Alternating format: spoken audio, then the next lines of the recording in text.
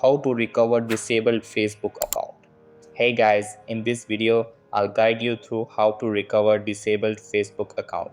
Alright, so let's begin. Before we start, it's important to understand why Facebook accounts get disabled. Common reasons include violating Facebook's community standards, using a fake name, impersonating someone, or any other suspicious activity. If your account was disabled by mistake, there's a chance to recover it. So the first thing you need to do is visit the help center.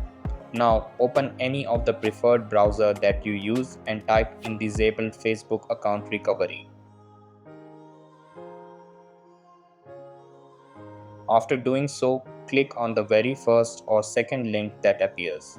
So I'm going to click the link that was given to me. Here, scroll down and now click on Get Started. Go to the search bar and type for disabled account. Once you type, you will be redirected to this page. Here you need to submit an appeal if you believe your account was unjustly disabled.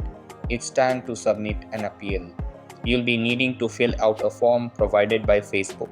If it doesn't provide you the form, then click on No on what is helpful and then click on Other.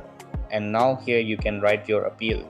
After submitting the form, you will need to wait for Facebook's response. This can take several days, so be patient and check your email regularly.